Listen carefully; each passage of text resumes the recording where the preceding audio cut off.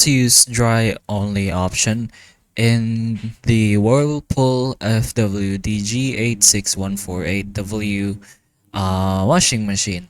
So over here we have a little manual that should help you with onto how to do this. So first, on the main button and how to pretty much use this option.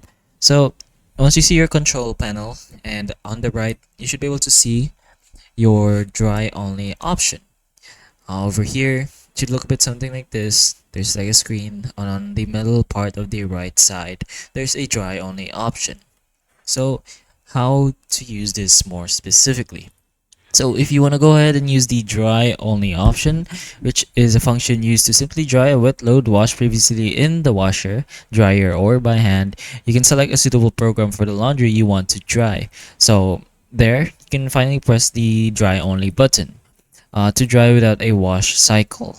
You can press the drying settings to select the required drying mode, and two drying modes are available, either the automatic or timer. So if you want to do the automatic drying with selectable levels, the washer dryer machine dries the laundry until the set levels of dryness is reached. So by pressing the drying settings, once automatically selects the highest drying level available for the selected program. So press the button again to reduce the drying level. The following levels are available, which is wardrobe. The laundry is completely dry and ready to be put away in the wardrobe without ironing. Hanger. The laundry is left slightly damp to minimize creasing. Garments must be hung to air dry completely. And for the iron, garments are left reasonably damp to make ironing easier.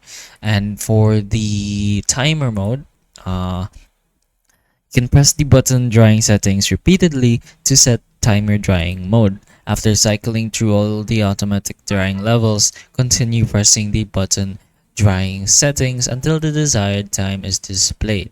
So it values from 210 to 30 minutes being settable, and always allow a cooling down period after drying before opening the door. So again, the main two buttons are the dry only button and the drying settings button, which should right be beside each other.